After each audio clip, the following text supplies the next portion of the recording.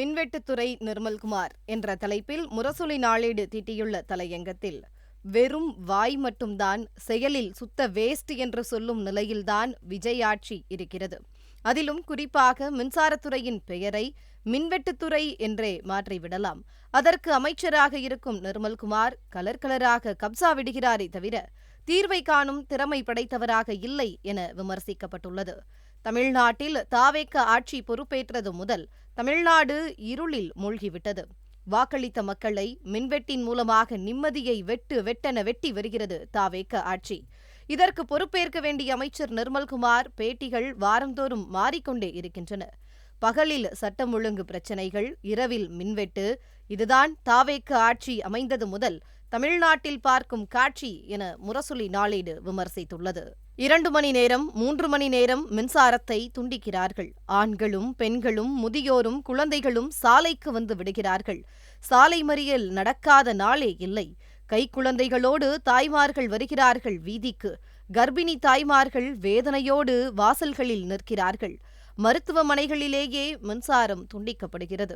பள்ளிகளில் மின்சாரம் இல்லாததால் விடுமுறைகள் விடப்படுகின்றன. அமைச்சர் கலந்து கொண்ட நிகழ்ச்சியிலேயே மின்வெட்டு. நீலகிரி மாவட்டத்தில் மின்வெட்டு காரணமாக வனவிலங்குகள் ஊருக்குள் வந்து விடுகின்றன. இதுதான் இன்றைய தமிழ்நாடு என முரசொலி நாளேடு சாடியுள்ளது. தலைநகர் சென்னையிலும் சென்னையை சுற்றிலும் அதிகப்படியான மின்வெட்டு.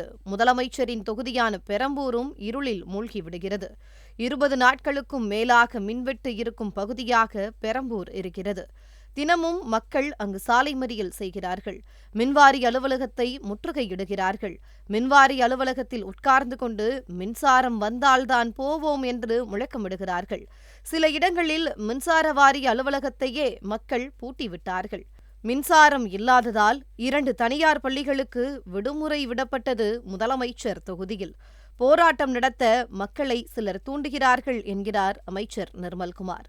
முதலமைச்சர் தொகுதியில் அவருக்கு எதிராக போராட்டம் நடக்கிறது என்றால் அவரது செல்வாக்கு அதற்குள் சரிந்துவிட்டதா? 1 மாதத்துக்குள் விஜய் செல்வாக்கு சரிந்துவிட்டதா என முரசொலி நாளேடு வினவியுள்ளது. ஆனால் நிர்மல்குமார் என்ன சொல்கிறார்? வாரந்தோறும் ஒரு காரணத்தை கண்டுபிடித்து சொல்கிறார். மின்வெட்டே இல்லை என்றார் முதல் வாரம். எதிர்க்கட்சியை சேர்ந்தவர்கள் வேண்டுமென்றே செய்கிறார்கள் என்றார் 2வது வாரம். மின்வாரி அலுவலகத்தில் ஹார்ட் டிஸ்க் திருடு போய்விட்டது என்றார் 3வது வாரம். பியூஸ் கேரியரை யாரோ எடுத்து சென்று விட்டார்கள் என்றார் 4வது வாரம். காரணம் சொல்பவர் காரியம் செய்ய மாட்டார் என்பது பழமொழி. அதுதான் நிர்மல்குமார். கரண்ட் தரமாட்டோம் என்பதுதான் அவர் சொல்ல வரும் பதிலாகும்.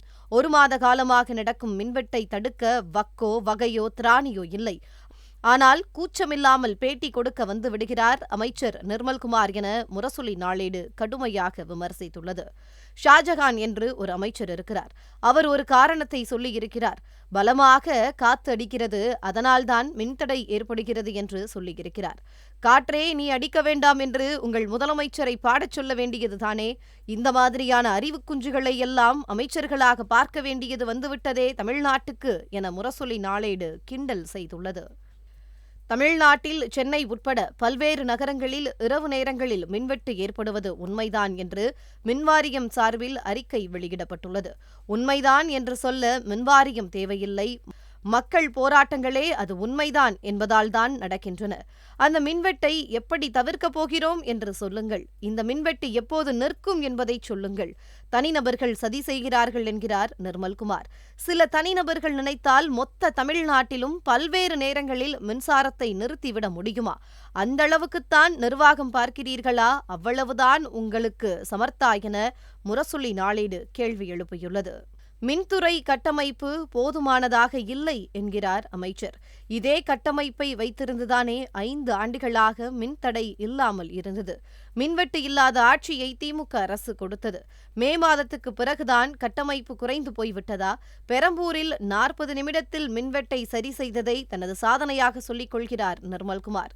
40 நிமிடத்தில் மின்வெட்டை சரி செய்தது சாதனையா? இல்லை, வேதனை. அது அனுபவித்த மக்களுக்குத்தான் தெரியும் என முரசொலி நாளேடு கூறியுள்ளது. மின்வெட்டு ஏற்பட்டதும் தெருவில் நிற்கச் சொல்லி குறுஞ்செய்தி அனுப்புகிறார்கள் என்று வருத்தப்படுகிறார் அமைச்சர்.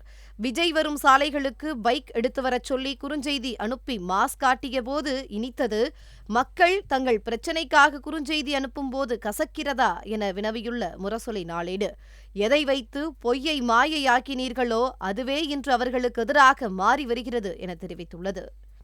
அரிதாரம் கலைந்து வருவதை சமூக வலைதளங்களில்தான் இப்போது அதிகம் பார்க்க முடிகிறது. தொடர்ச்சியான மின்வெட்டானது மக்களின் இயல்பு வாழ்க்கையை சிதைத்து வருகிறது. தூக்கத்தை தொலைத்து மக்கள் வீதிக்கு வந்து போராடி வருகிறார்கள். இந்த மாதிரி நியூஸ் எல்லாம் என் காதுக்கு வரக்கூடாது என்று சொல்லிவிட்டு ஹாயாக இருக்கிறார் சிஎம் சார் விஜய். பொதுமக்கள் ஒத்துழைக்க வேண்டுமாம். என்ன செய்ய வேண்டும் மக்கள்? கரண்டே வேண்டாம்னா விஜய்னா நீங்க நல்லா சாப்பிடுங்கண்ணா என்று ரீல்ஸ் போட சொல்வோமா என விமர்சித்து தலையங்கத்தை முரசொலி நாளேடு நிறைவு செய்துள்ளது.